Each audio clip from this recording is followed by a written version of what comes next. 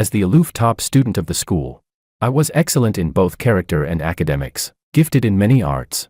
The kind of model child that others always mentioned with envy. However, until the very last day of my life, I suddenly realized I wasn't the one with the protagonist's halo. The delinquent school bully, Makoto, was actually the true male lead of this world, and I didn't even qualify as a malicious male supporting role. In the original novel's description, he fell in love at first sight with my childhood sweetheart, Willow. Pestering her relentlessly, he was the wild and unruly yet charmingly roguish male protagonist. The kind who could melt an ice-cold beauty like Willow, compared to their entanglement and ambiguous affection. I, the childhood friend doomed to die young, was nothing more than the catalyst for their romance. Thus, the flower on the high mountain was dragged down to the mortal world, turning into a love-struck fool willing to live and die for affection. Chapter 1, Reborn. I finally understood this world was a sweet romance novel. The school bully Makoto was the male lead, and my aloof childhood sweetheart girl was the female lead. The ultimate clash between the school bully and the high mountain flower once made readers exclaim, "I'm in love with this." According to the original author's depiction, Makoto was the unruly, carefree, roguishly handsome protagonist. The very existence who could melt an ice-cold beauty like Willow, compared to their ambiguous entanglement. I, the childhood friend doomed to die young, was nothing more than the catalyst for their love, even though I never liked Willow at all. I didn't even qualify as a malicious male supporting role. As a 3 Excellences student, in Makoto's eyes, I was just a pretentious poser. He always looked at me with a cold face and said, "George, what's there for you to show off about?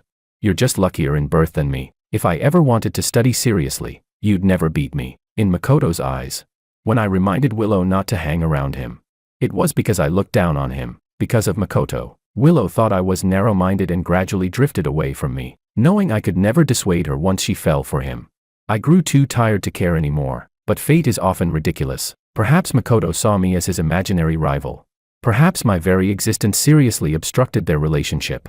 Or maybe I was simply destined to be a stepping stone in Makoto's path of growth. On the eve of the college entrance exam, I died in that dark alley. A heavy midnight rain washed away all traces. And it wasn't until the next morning that my body was discovered. The timing was too unusual. The sudden, mysterious death of an 18-year-old boy quickly made headlines across major media outlets. I died at the age when a butterfly is just about to break free from its cocoon, returning to dust. With everyone feeling sorry for me, no one knew that I died because of Makoto. After offending some local thugs near the school, he was cornered by them in the alley. When he saw me passing by, he called out to me in a friendly tone, as if we were close. After using me to draw their attention away, the cunning Makoto successfully escaped. Before running, he gave me a guilty look and said he'd go find someone for help, telling me to hold on and wait. But in the end, just as those thugs had mocked, he never showed up again. Seeing me alone, the gangsters immediately surrounded me. Their fists and kicks rained down like a storm. I could not withstand them alone. During the struggle, I stumbled backward, my head slamming hard against the stone steps. Blood poured out, soaking the ground. The thugs, terrified, fled in panic, while I sank into eternal sleep, never to wake again. Chapter 2. After my death, I became a ghost. I watched helplessly as my mother fainted from crying at my funeral, and as Makoto shamelessly put his arm around my sister's shoulders. Standing openly before my tombstone, he said he was sorry to me, begging me to forgive his cowardice. Because of my death, Makoto suddenly awakened. He cut ties with his past and began a new life. He quit smoking and drinking, scrubbed away the tattoos on his body, dyed his green hair back to black, and no longer squandered money recklessly. He directly severed all connections with that gang of delinquents. Just like that, the reformed Makoto became a legend on campus. With Willow's help, he began studying diligently. Without a doubt, Makoto was heaven's favored child. In just 1 year, he climbed from the very bottom of the grade rankings to the top 5 in the entire year, a position others could never even dream of reaching. No matter how many years of hard study they endured, under his dazzling protagonist's halo, my death was gradually forgotten. What he gained so easily was something others worked 12 long years to achieve. After the college entrance exam, Makoto and Willow chose the same prestigious university. There, they became the enviable, academic couple everyone admired. My parents, overwhelmed with grief, moved to another city, returning only once a year on my death anniversary, perhaps out of guilt.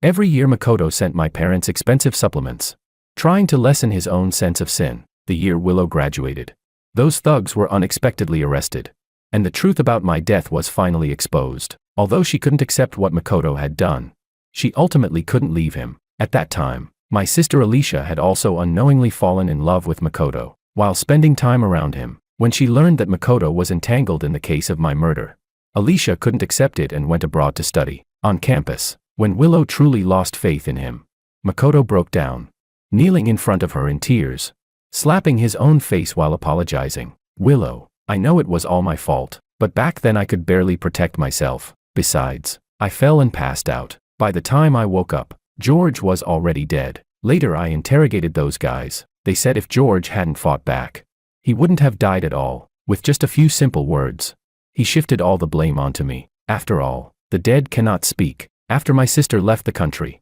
my parents stormed into the school, demanding Makoto pay the price. But by then, he had already been acknowledged by his wealthy biological father, returning to the Ito family, with Willow speaking up for him by his side. My parents were like eggs smashing against stone. In the end, they could only leave the school hand in hand, their bent backs full of sorrow and helplessness. In the end of the story, Makoto became the young master of a rich family, flattered and fawned upon by everyone. Even before graduation, Willow married him because she was pregnant, giving birth to a pair of twins, a boy and a girl. Later, he successfully took over the family business, sitting on assets worth tens of billions. Living happily with his family of 4, my sister eventually forgave him too, even sending countless gifts to their family every year. To them, my death was merely a small bump on the road of love. To Alicia, it was just an accident. Not Makoto's fault. Other than my parents, no one held onto it anymore. Chapter 3. I was reborn with deep unwillingness. Back to the moment when Makoto first fell in love with Willow at first sight. "Willow, wanna head out with me later? I'll take you somewhere nice." Makoto swaggered into the classroom, sat sideways next to Willow in a careless manner, resting his arm on the back of her chair, half encircling her as he spoke. His originally neat school uniform pants were worn ridiculously low, the waistband hanging halfway off his hips. Any larger movement would reveal half of his underwear. Willow glanced at him with disdain, frowning slightly. "No need. I'm going to the library with George later to look up some materials." So even at this stage, Willow already showed signs of interest. Laughably, because we grew up together, I still thought I should advise her to focus on studying. I really was nothing more than a meddling fool. Hearing this, Makoto gave me a once-over, whistled frivolously, and teased with obvious implication. "So that's the type you like. What if I became like him?" The moment he said this, the classmates who hadn't left yet all turned to look at me and Willow, their eyes full of gossip, as if there really was something between us, perhaps afraid Makoto would misunderstand. Willow pinched his arm irritably, her expression serious as she said, "Makoto, don't talk nonsense." Makoto shook his head, putting on a look of disappointment. All right then, just a few words from him were enough to make ice-faced Willow change expression so easily. These two really were a natural pair. I didn't care how he harassed Willow, but he had no right to make me the butt of his jokes. Kicking aside the chair, I grabbed the book on Willow's desk and slammed it straight onto his head. Expressionless, I said coldly, "I used to think you were just uncultured. Now I see you're simply stupid. Control that filthy mouth of yours. Do you know some words can't be spoken carelessly? In serious cases, the whole school would issue public criticism. If you two want to flirt, don't drag me into it, and don't fucking use me as your shield." What a load of bullshit. After finishing, I ignored the sudden change on Makoto's face, picked up my bag, and left. When I got home, I begged my mother to install surveillance cameras outside the house. In my previous life, I had already sensed that Makoto harbored a strange hostility toward me, a repulsion like opposing magnetic fields. Forever impossible to reconcile. He couldn't stand me. And of course I couldn't stand him either. He pushed Willow away from me, while keeping things ambiguous with my sister Alicia. When I stopped him, he even sent his so-called good brothers to smash the windows of my house. Because of him, my parents once suspected that I was running wild outside, turning into a bad kid. Since he wanted to play, of course I would accompany him. That way, he wouldn't waste his role as heaven's spoiled son. Chapter 4. The facts were exactly as I had expected. Because Makoto was upset, his gang of buddies started wandering around near my house every day, causing all sorts of trouble. When the security camera clearly recorded them throwing stones at my windows, I called the police right away. Since they had injured my mother, and all of them were already over 16 years old, they were supposed to bear criminal responsibility. Soon, those few little thugs were sentenced to short-term detention. Having lost his right-hand man, Makoto went mad with rage. He came downstairs to my building, yelling like a lunatic. demanding that I give him an explanation. "George, just look at this kid, he's obviously not easy to deal with. And his words are nasty. You'd better not go down there." Willow's mother looked at me with deep worry, thinking I had provoked some hooligans. I looked at Aunt Lou, who had always treated me like her own son. I really couldn't bring myself to tell her that it was her daughter. Willow, who had caught Makoto's eye. The two of them were entangled now, and Makoto would eventually whisk her precious daughter away. I still remembered the last lifetime. Willow was notorious for being blinded by love. Knowing her parents disapproved of Makoto, she still chose to follow him to City C without hesitation. Apart from sending back some nutritional supplements and a few hundred yuan for their living expenses every month, she rarely returned. The two elderly parents couldn't even see their daughter's face again, and spent the rest of their lives in an empty house. In a sense, their daughter was practically raising Makoto. Although I promised not to go downstairs, I couldn't help but remind Aunt Lou with a few words. I asked, "Aunt Lou, how's Willow Lou doing lately?"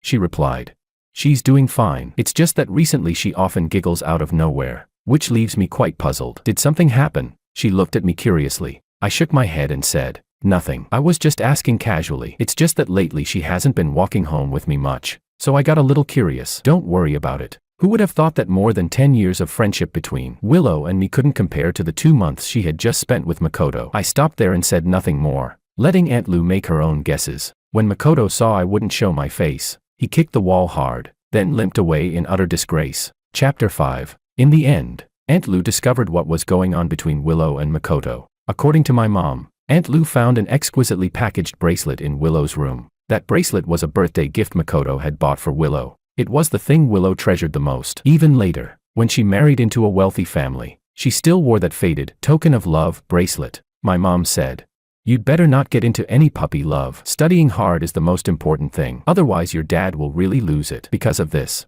he was afraid you'd follow the same path and nagged all night yesterday. Your Aunt Lou even cried the whole night and still hasn't recovered. She tugged at my ear, lecturing me sternly. She continued, "Before, we all thought Willow was just a little cold in personality. But now we realize she treats people differently. For that thug, she actually talked back to Aunt Lou and even said cruel words. She completely broke your Aunt Lou's heart." My mom sighed, as if she couldn't understand why Willow had changed like this. At that time, my mom still didn't know that her own daughter, Alicia, was the same as Willow, a girl blinded by love for the same man. She abandoned her parents and forgave her beloved. "How pure, how touching," I said.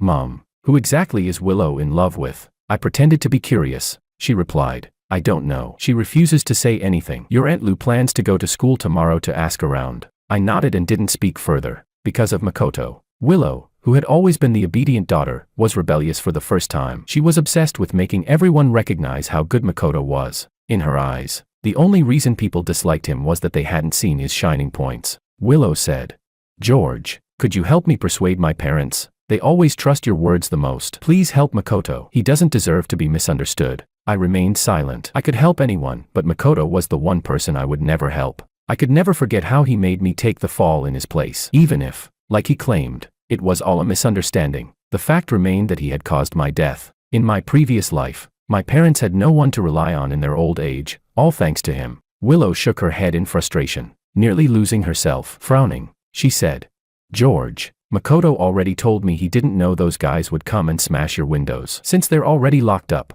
why can't you just let it go?" I swallowed my anger and asked her gently, "Willow, I'm really curious, why do you like him so much? Like him enough to abandon the playmate who grew up with you, to defy your parents, to throw away your own pride?" She lifted her gaze toward the window and whispered softly, "When I'm with him, I feel happy and free. That's something I've never experienced before. Only he can give me that." "George, Makoto really isn't the way you think. He's just so insecure, and that's why he acts so rebellious." The moment she mentioned Makoto, her eyes softened with tenderness. I nodded with a look of sudden realization and said, "Oh, I see. But what if I just don't want to speak up for him?"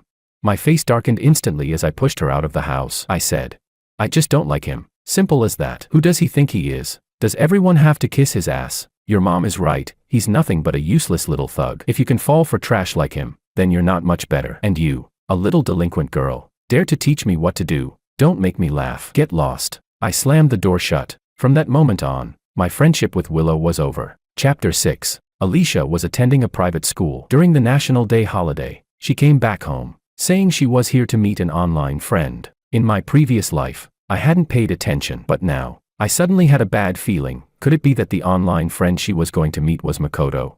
She said, "Brother, what's wrong with you? I just came back and you're already giving me the cold shoulder. I don't remember offending you." She tugged at my sleeve and swayed it playfully. Alicia was still just as clingy as when she was a child. Back then, she would even empty her piggy bank just so I'd spend a few more days with her during holidays. Once giving me all the 5 yuan she had saved, I took her luggage and, instead of answering, asked her back, "Do you know who that online friend is? A boy or a girl?" She replied, "I'm not too sure, but I get the feeling the person's outgoing. We get along pretty well." From Alicia, I learned that after meeting online, they shared playlists, discussed which movies were worth watching, talked about hobbies. There was almost nothing they didn't share. On the second day of the holiday, Alicia went to meet that so-called online friend, and I secretly followed. When I saw Makoto, dressed in a flashy leather jacket, appear at the plaza, even though I had been mentally prepared, I was still shocked. It turned out Alicia had fallen for Makoto long ago. In adults' eyes, Makoto was nothing but irresponsible. Yet in the eyes of the girls who liked and admired him, Makoto was the epitome of individuality. He lived freely, recklessly, and the rebellious aura he exuded often struck a chord in their hearts, giving them an intense thrill. Just as Willow had said, it was something we boring, honest people could never compete with. Makoto gave Alicia a crystal ball as a gift. After chatting for a long time, the two went to the mall to play airborne go-karts. It was obvious that Alicia was very happy. When I saw them come out, I immediately stepped forward. I frowned and said, "Alicia." Seeing me, Alicia called out guiltily, "Brother." Makoto looked stunned when he heard that. He glanced at Alicia, then at me, studied me seriously, and finally realized. He said, "Alicia, so George is your brother?" I didn't realize at first. Chewing gum. He let out a cold laugh, glaring at me with disdain. Then he put his arm around Alicia's shoulder and said with a grin, "Since you're a brother, let me give you a piece of advice. Don't fucking meddle in other people's business. If people don't like you, don't shamelessly try to cut in. Playing dirty tricks behind the scenes, now that's despicable." Though he never mentioned Willow directly, the loathing in his tone was obvious. He thought I had reported him to Willow's parents out of jealousy. When Alicia looked at me in confusion, I gave her a faint smile. My voice dropped colder as I said, "Makoto, speaking of despicable, sending your little gang to cause trouble while you yourself stay hidden, and then denying everything when it backfires. Isn't that despicable? Speaking of shameless, coming from a wealthy family with no worries about the future, yet toying with girls from ordinary homes, making Willow lie, argue with her parents, and sneak out overnight, isn't that shameless? Even so, do you really think her parents wouldn't notice? Isn't that just stupid? As for, I must have struck a nerve, because Makoto's face twisted with rage. He charged at me, grabbed my collar, and tried to shut me up. I didn't flinch. I kicked him to the ground and pinned him down as I continued. "As for what you call love, you really overestimate Willow's importance. You treat her like a treasure, but in my eyes, she's not even worth shit. I never liked her. Stop thinking everyone wants to steal her from you, you're pathetic." Just as I was about to land another couple of punches, a heavy blow struck the back of my head. The sound was dull yet piercing, the force so strong that my vision went black instantly. My grip loosened, and I collapsed heavily to the ground. When I barely regained consciousness, I caught sight of the shattered pieces of Alicia's crystal ball on the ground. Trembling, she reached out to help me up, but I shoved her away. She said, "Brother, I didn't mean to. It was an emergency. I didn't have time to think.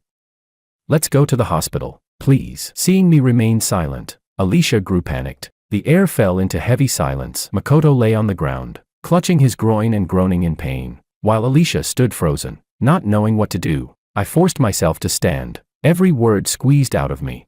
"Alicia, since you like him so much, then you can take him as your real brother, or even as your so-called lover brother. I don't care. From this moment on, I'll treat it as if I never had a sister like you. You're on your own." I pulled out the 5 yuan she had once given me and tossed it onto the ground, then turned and walked away. Chapter 7. By the time Alicia had sent Makoto home, I had already been taken to the hospital. Fortunately, the injury wasn't too serious, just required careful attention and some medication to recover. Because of this incident, my dad was utterly disappointed in Alicia, almost wanting to kick her out of the house on the spot. On the day school started again, Alicia came to the hospital to see me. She apologized pitifully.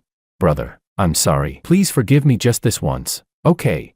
I was about to speak, but then I remembered how, in my previous life, she abandoned our parents for Makoto and went abroad alone. She even called herself the godmother of Makoto and Willow's children, doting on them, which only filled me with anger and disgust. So I shook my head, stood up, and went to the bathroom, my silent way of refusing. Now, with the messy love triangle exposed ahead of time, Alicia completely cut ties with Makoto once she found out he was the one Willow liked. She even brought homemade snacks to apologize to me. I didn't eat them. Instead, I mailed them to Makoto under her online friend identity. Wasn't that exactly the kind of praise and flattery he loved?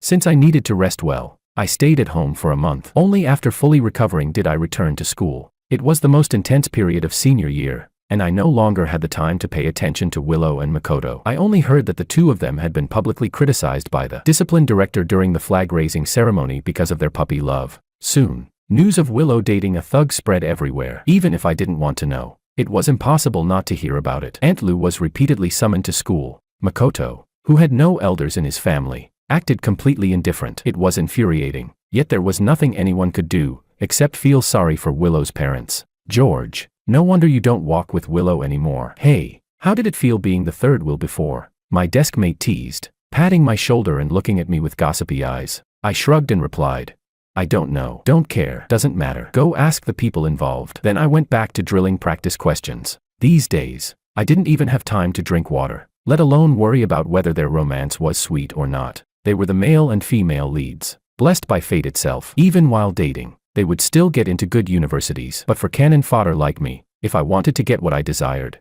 I had to fight with everything I had. Chapter 8. Willow, come with me. I have something good for you. As soon as the evening self-study bell rang, Makoto ran in with a gift box, grinning, and dragged Willow out. After the two left, a few bold classmates followed them. A long time later, those classmates returned, but no matter how everyone asked, they refused to say anything. On the bus, whether deliberately or not, Makoto kept teasing Willow in front of me, refusing to stop until her face turned red. I said, Grandpa, please sit here. I stood up and greeted an old man nearby, but before the seat could be taken, Makoto plopped himself down instead. He glanced at me with contempt, sneered, and said, so fake. It's one thing to pretend to be a good student at school, but you're even pretending here? Expressionless, I replied. Trash doesn't need to pretend. After all, no one would believe it anyway. Get up. I'll only say it once. Seeing Makoto about to make a move, Willow hurriedly stopped him, saying, Makoto, don't. This is a bus. At Willow's frown, Makoto reluctantly got up and quickly helped the old man sit down. Not wanting to be annoyed further, I walked to the front of the bus to stand. Unexpectedly, my eyes met Willow's. I stared at her steadily, and Makoto immediately blocked my line of sight. Seeing that, I let out a mocking laugh and turned my head toward the scenery outside the window. Knowing that the college entrance exam was important for Willow, Makoto restrained himself a lot and stopped coming around. But I heard he had gathered more gang members outside, and this was why he offended those little thugs. Soon, the day of my accident in my previous life arrived. Afraid of anything happening, I refused to go out no matter what. When my mom asked me, like in the previous life, to go buy a bottle of soy sauce, I pretended to feel sick. Later, I saw Willow leave the house across the street. Watching from the window, I noticed her steps were a bit unsteady. This day was destined to be troubled. When the news arrived, Willow had already been taken to the hospital by Makoto. Her right hand was shattered into pieces, cutting her off completely from the college entrance exam the next day. This outstanding student, once so full of pride, stunned everyone with such a sudden downfall. In the hospital corridor, Makoto squatted in the corner in a daze, eyes empty. When Uncle Lou arrived and saw him, he stormed toward Makoto in fury. If the hospital staff hadn't stopped him, Makoto would have been beaten to death. In the original trajectory of the story, the person who got hurt was different, which changed all that came afterward. Now, seeing Willow lying pale on the hospital bed, Makoto no longer wore the indifferent face he had in the previous life. He gathered his so-called underlings, vowing to make those people pay the price. The outcome was unknown, but Makoto, covered in wounds, did not awaken to reality as he once had. On the contrary, he grew even more reckless. Bars and nightlife became his frequent haunts. He picked up smoking, drank heavily, and got entangled with people from the underworld. On the day of the college entrance exam, as I sat in the exam hall, watching the sun rise after the rain, I finally breathed a sigh of relief for no reason. In this life, I was no longer that ill-fated boy everyone pitied. My future could hold endless possibilities. Chapter 9. The 2 days of the college entrance exam passed quickly. Yet on the very night it ended, I suddenly fell gravely ill, burning with a high fever the whole night. No one knew that I had dreamed of my previous life again. In the dream, Makoto and Willow were camping outdoors with their 2 children, the kids chattering loudly as they called for Dad and Mom. Makoto, now gentle and refined, bore no trace of the thug he once had been. When Willow sneezed, Makoto tenderly pulled her into his arms. The two exchanged a smile, looking every bit the loving couple. The warm, lively picture of a family of 4 was so beautiful that no one would want to disturb it. But then, suddenly, a stranger appeared, heavily wrapped up, his face hidden. He walked straight toward them. It all happened too fast. With a loud boom, flames roared into the sky. The entire family of 4 died instantly in this man-made accident, along with the perpetrator himself. Perhaps this was the true ending of my previous life. Thinking of that, I no longer felt so unwilling. After all, good and evil always have their consequences. Everyone eventually meets their fate. Because of the sudden ferocity of my illness, I was unconscious for 3 full days before waking. The moment I opened my eyes, my parents leaned over me. Their eyes brimmed with tears, though my mom still couldn't help scolding. I told you not to kick off the quilt at night. You wouldn't listen. Now look, you're lying here with an 4 drip. Who do you think is to blame? She poked my forehead in annoyance. I said, "Ah, it hurts, Dad. Your wife's bullying me." I covered my head and pretended to be pitiful. My dad chuckled and said, "You rascal. So rude. You deserve to be taught a lesson by your mom." He chimed in to back her up. The hospital room filled with laughter. This time when I woke, it felt as if the shackles binding me had been lifted. My whole body felt unusually light. Even my breathing became much smoother. Some memories began fading away. At some point, I realized I could no longer clearly recall everything that had happened in my previous life. On the day I was discharged, I went to see Willow in passing. In her ward, she was reading a book, her right hand encased in a thick cast, her movements awkward. Because of Makoto, things between us had become awkward too. When I saw her staring at me silently, I coughed and asked stiffly, "Are you going to repeat senior year?" She answered, then lowered her head, her mood visibly off. She asked, "George, how did you do on the exam? Was it difficult?"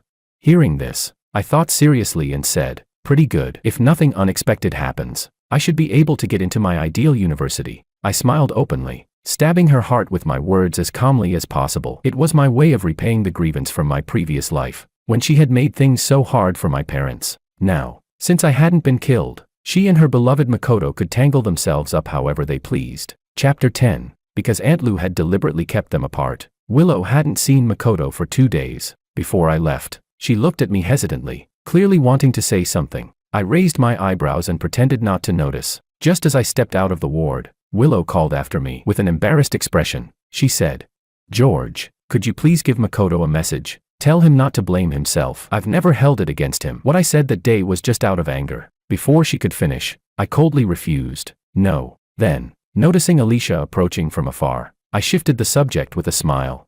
"But there's someone else who might be more than happy to pass your message along. After all, she has her own history with Makoto." "Brother, Mom and Dad asked me to call you home," Alicia said, speaking to me as if nothing had ever happened. I nodded, pointed at Willow, and said calmly, "She has something to ask you. You two talk. I'll wait at the hospital entrance." When Alicia came out, her face was calm. I couldn't help but wonder if she would go looking for Makoto afterward. At a red light, Alicia asked me, "Brother, do you really dislike Makoto that much? Can I ask why?"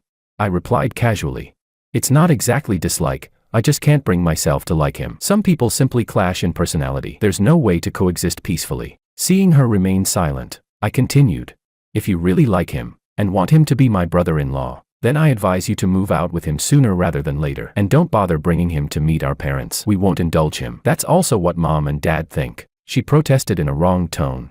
"Brother, what are you talking about? He's Willow's boyfriend. Makoto and I are just online friends," I said indifferently.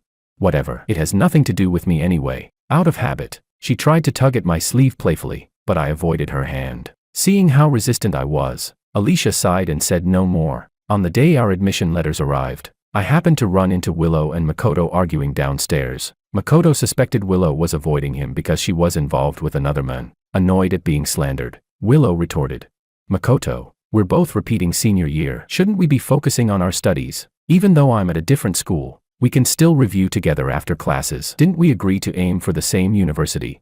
But Makoto, like a wild horse that refused to be tamed, couldn't stand being restrained. He waved her off carelessly, not taking her words to heart, and said with a cocky grin, "So what? School hasn't even started yet. We've got plenty of time. Let's have some fun first. Once classes begin, I promise I'll study hard. I won't go to bars anymore." I'd heard that Makoto had recently gotten a part-time job as a resident guitarist at a bar, very popular with the girls. No wonder Willow felt so insecure. Chapter 11. Because I hadn't died this time, both Willow and Makoto's fates had changed. Willow now had to repeat a year, while Makoto was still wasting his life away, completely without the realization he'd had in the previous life. As the day to report to school drew near, My parents became increasingly reluctant to part with me. The morning before my departure, my mom rushed into my room at dawn, threw her arms around me, and burst into uncontrollable tears. She kept murmuring how wonderful it was, leaving me rather confused. I said, "Help, Mom, you're hugging me too tightly, I can't breathe." Then I added, "Although I've worried you from time to time, at least you raised me this far. If you don't get some return on your investment, it'd be a real loss, so let me live well, okay?" Hearing that, my mom finally stopped being so sentimental. Instead, she pinched my ear and scolded. "Nonsense. Get up already. What kind of child is as lazy as you?" Through my grogginess, I thought I saw her shoulders trembling. After she left, I glanced at the clock and saw it was only 6 o'clock. I lay back down and went back to sleep. When I woke again, my mom had returned to normal, though the corners of her eyes were a little red. "Here, son, eat more. Look at you. You've gotten thinner." My dad filled my bowl with food, his eyes shining as he watched me. I said, "All right, thank you, Dad." Perhaps because of the imminent farewell, my eyes suddenly grew hot, tears dripping into my bowl, leaving me looking rather pitiful. That day, neither of them went to work, saying they wanted to help me pack for school the next day. At night, my dad patted my shoulder and said he wanted a man-to-man contest. Just like when I was a kid, we arm wrestled. I won, but this time, he didn't pretend to lose on purpose. Looking at me with pride, he said, "In the blink of an eye, you've grown so much. Your mom and I are just happy you're safe and sound. George, I don't need you to achieve anything great. As long as you're healthy and happy, that's enough. Remember, we'll always love you." I hugged my dad, tears streaming silently, not even realizing there was something unusual in his words. In my previous life, I had died too early, forcing them to suffer the grief of parents burying their child. Even in this life, I hadn't had much time with them, and now I was leaving again. The next morning, I was startled to find more white hairs at their temples. Since I was attending a university within the province, our family soon arrived at the campus. After settling into my dorm, my mom repeatedly reminded me of all sorts of things. Even though she had agreed I'd come home whenever I had free time, the way she spoke made it sound like I was leaving forever. She said, "Son, take good care of yourself. Don't get sick." Her voice choked as she looked at me, watching their backs as they walked away. I suddenly remembered the scene from my previous life. My nose stung, and I couldn't help but call out, "Dad, Mom." Neither of them turned back. I watched their figures grow smaller and smaller until they finally disappeared from view. Chapter 12. College life was colorful and vibrant. I was busy every day with club activities, so I rarely paid attention to Willow and Makoto's situation anymore. Later, my mom told me that because of Makoto, Willow's grades had dropped sharply. The two of them quarreled constantly, and Willow seemed mentally distracted. One was a foolish girl repeating a year for love, the other a notorious thug from no one high school. Their relationship wasn't nearly as beautiful as in the novels. When I went home for winter break, I ran into Willow at the doorway as she was heading out. Our eyes met, and to my surprise, she greeted me. After all, ever since she got together with Makoto, we had become complete strangers. I nodded back, just about to go inside. When she stopped me, she said, "George, I want to apologize for my unreasonable behavior before. I never wanted to lose you as a good friend." Studying my expression, she continued, "Do you still remember, when we were kids?" Unable to listen any longer, I cut her off. "Willow, love requires both sides to give. Friendship is the same. We can't go back." She lowered her eyes and bit her lip. "I'm sorry, I went too far." Willow forced a smile, trying to hide her embarrassment. Her ability to reflect on herself only meant that her relationship with Makoto was having problems. Perhaps this world really did revolve around the two of them, because throughout the entire holiday, I somehow kept running into them arguing. Makoto, unruly as ever, was ambiguous with one or two nameless female classmates, making Willow even more insecure. One day, Makoto blocked Willow's path, impatiently saying, "She and I are just friends, nothing more. Why can't you trust me?" But Willow looked straight at him and said seriously, "Makoto, let's break up." Makoto replied, "No, I don't agree. You said you'd never leave me." Panicking, he grabbed Willow tightly, refusing to let go. Willow frowned.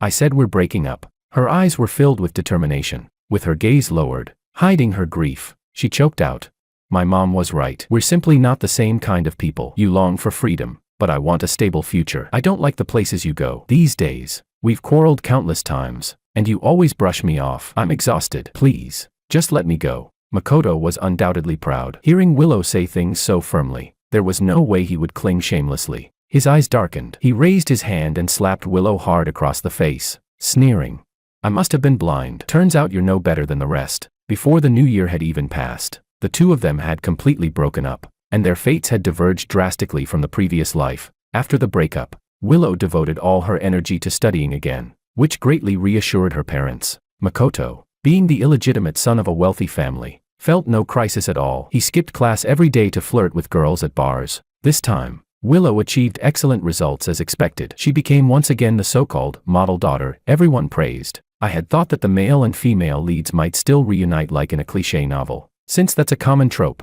but in the end, Willow went far away to a northern university, while Makoto quickly found a new girlfriend. The two of them truly never crossed paths again. Chapter 13. In my senior year of college, while I was struggling with where to develop my career after graduation, I went for a walk to clear my mind. On a pedestrian bridge, I came across a Taoist priest running a fortune-telling stall. As I passed by, he suddenly called out, "Young man, want to have your fortune told?"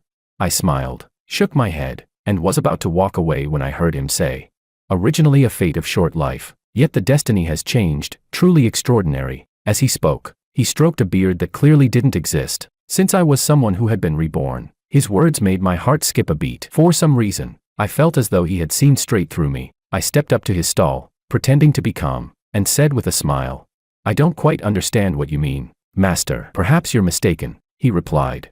"Mistaken or not, you know in your heart." Looking at my palm, he continued, "Cause is fixed, fate is variable. According to your original destiny, you should have died at 18. Yet someone used a lifetime's worth of good karma to give you one chance to alter your fate. I don't think I'm wrong." I no longer doubted him. At that moment, I finally understood, I wasn't reborn out of unwillingness. Of course, there are countless people in the world suffering. Why would I alone be pitied by the heavens? He said, "Parents, out of love for their child, plan deeply for their future. From the moment of birth, their love flows unceasingly. Young men, cherish the little time left of your bond with them." With a sigh, he patted my shoulder, then packed up and left. I suddenly remembered, the day before reporting to university, my parents had seemed strange. Rather than saying they were abnormal, it was more like they were my parents from the previous life, coming just to see me one last time. Thinking back to that dream, all my doubts finally had an answer. I smiled bitterly. So it was all because of me. After graduation, I chose to return home. I found a job that wasn't too busy and spent most of my time accompanying my parents. Though they often pretended to dislike it, I could feel they were truly happy to have me by their side. Later, at the age of 26, I proposed to Anna, a junior from the same university. We had been dating for 3 years, and naturally, we ended up together. After marriage, we bought a house across the street from my parents. In those years, Alicia had already been expelled from school due to failing too many courses and hadn't returned for a long time. When we received Willow's wedding invitation, Anna was already 5 months pregnant. The groom was not Makoto, it was said to be one of Willow's colleagues. At the wedding, Willow was elegant and confident, beautiful and composed. The groom's eyes were full of love when he looked at her. Who would have thought that the Makoto she had once loved to death had truly become her past? As for businessmen, profit always comes first. Because he was no longer as outstanding as in the previous life, Makoto had never been brought back to be groomed. Besides, the Ito family now had a new head. How could there be a place for him? In just a few years, Makoto had disappeared from people's sight. All I heard was that after graduation, he borrowed from loan sharks to start a business and failed, fell into the underworld, and got addicted to drugs. He had completely set foot on a road of no return. Chapter 14. When little Tom was 3 years old, my parents' health began to decline. Just as that Taoist priest had said, their bodily functions were rapidly deteriorating. "Mom, if I hadn't been born, wouldn't life have been easier for you and Dad? I always feel like I came to this world just to burden you." I lowered my head, my nose stung, and tears rolled down my cheeks. My mom frowned and said, "Nonsense. You're far more filial than your sister. Without you, your sister would have driven me and your dad to our graves." She continued, "We used to worry about you, but seeing how well you and Anna live now, we can finally feel at ease. Still, fix that bad temper of yours. Don't bully her." Hearing my mom take Anna's side, I rubbed my forehead helplessly and said, "Mom, Anna only pretends to be pitiful in front of you on purpose. How could I ever bully her?" She chuckled and said, I know. So don't talk nonsense anymore. George, your dad and I have never regretted bringing you into this world. We love you very much. I know." After that, I never spoke such discouraging words again. I had always known, deep down, that they truly loved me. Fortunately, companionship is the longest-lasting confession of love, and I remained by their side all along. Extra, Willow. While Martin and Willow were shopping, Makoto suddenly appeared. The three of them ran into each other at the entrance of a clothing store. Looking at the woman he had been longing for all this time, Makoto's eyes turned red, ignoring Martin's presence. He rushed straight up to Willow and demanded, "Willow, you promised you'd marry me. How come now you've become someone else's wife? What about me? What about our children?" Hearing Makoto's nonsense, Willow glanced at her husband, whose face had turned pale green, and snapped in shame and anger. "What nonsense are you spouting? We broke up 10 years ago. Don't talk rubbish, honey. Let me explain, those kids are absolutely yours. We can do a paternity test if you want." Seeing Willow look at him like he was a plague, Makoto's heart filled with bitterness. Hoarsely, he said, "Willow, things shouldn't be this way between us." Fixing his eyes on Martin behind her, he hinted, "In my memories, you and I were destined for each other. After we married, you gave birth to twins, a boy and a girl. We lived happily. Everything I did for you, and everything you did for me, don't you remember any of it?" Even to this day, he still didn't know who had killed his entire family. What Makoto couldn't accept was that after reliving another life, the world itself had turned upside down. George hadn't met with misfortune, on the contrary, it was Willow who had been dragged down by him. He never made it to university, broke up with Willow early, and the Ito family no longer acknowledged his existence, leaving him to fend for himself outside. In recent years, his life had become worse than that of an animal. Once a high-spirited rich second-generation heir, he had now become a despised addict, looked down upon by everyone. He could never figure out how he had ended up in such a miserable state. The crushing sense of loss made Makoto blurt out a wish to quit the gang, only to be met with a vicious slap from the boss. "Makoto, you're nothing but a dog I raised. Don't you dare have foolish thoughts, or I'll kill you." Having quickly recognized reality, Makoto submitted obediently, only hoping for a chance to escape and find Willow. But when he finally saw Willow again, she was by another man's side. Their intimate gestures made it obvious their relationship was anything but simple. Now, he had nothing, no identity, no status, and not even Willow. He even thought of going to George for answers, since George was clearly the biggest anomaly in this world. But according to Willow, George had moved away, and even she didn't know where he had gone. In this vast sea of people, Makoto had no way of finding him. Perhaps out of sheer unwillingness, Makoto began stirring up trouble. In front of Martin, he deliberately mentioned how he had dragged Willow down, even forcing her to repeat a year of school. He sneered, "Don't you feel like Willow is looking through you to see me?" Noticing that the two of them even shared a slight resemblance in their features, Makoto began boasting shamelessly. Having been her husband in a previous life for several years, he knew Willow far too well. When he mentioned the birthmark on her private body part, Martin's expression instantly darkened. Martin gritted his teeth and said, "Stop talking bullshit. How could my wife possibly?" Makoto cut him off with a laugh. "Why not? We were already fooling around back in high school. There's nothing we didn't try. In fact, I even took her to the hospital." He looked at Martin with a mocking half-smile. Watching the man's back as he left, Makoto held his swollen right cheek, spat out a mouthful of blood, and laughed. Since he had already fallen, why not fall all the way? After all, Willow could only ever belong to him. Perhaps because too many old wounds had been unearthed, Martin, unable to bear it any longer, filed for divorce. A proud man like Martin would never tolerate being fed half-cooked rice. After the divorce, Makoto began pestering Willow, trying to recreate the passionate love from their previous life. One day, a drunken Willow pressed a fruit knife against Makoto's neck, her eyes red as she shouted, "Makoto, what makes you think I would ever piece things back together with trash like you? You really are a cursed star, born to ruin me." It was true back then, and it's true now. "Makoto, can't you just let me go?" On her way to try to win Martin back, Willow was ambushed by thugs Makoto had called, and her leg was broken. Seeing Willow in such a state for the first time, Makoto was so terrified he almost wet himself. He stammered, Willow, calm down, it's me, Makoto. Weren't you the one who loved me most? Give me another chance. I swear I'll change."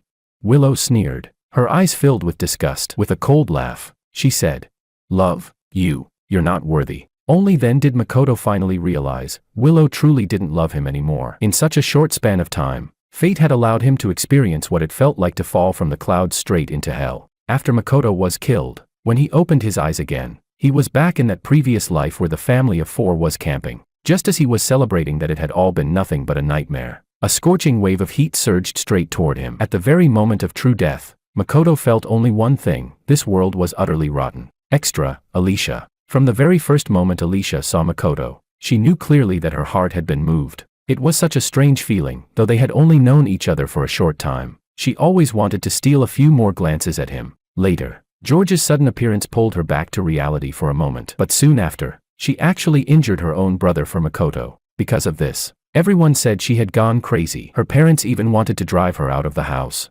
Afterwards, Alicia insisted it was only an accident, but no matter how hard she tried to make amends, she could never earn her family's forgiveness. When she returned to school, Alicia forced herself to keep her distance from Makoto because of her brother. Even if he tried to reach out to her online, she never responded. In order to pass a message for Willow, and also to clarify her own feelings, Alicia deliberately went to see Makoto. When they met again, he was recklessly drag racing with his gang of hooligans, playing wild and dangerous games, looking at the noisy, swaggering Makoto in the distance. That feeling of infatuation she once had instantly faded a great deal. It was only then that Alicia realized just how ridiculous her mistake had been. For such a laughable thug, she had actually raised her hand against the brother who loved her most. Ever since they were children, George had spoiled her, calling her little sister over and over, always bringing her the best things he had. And yet, what had she done in return?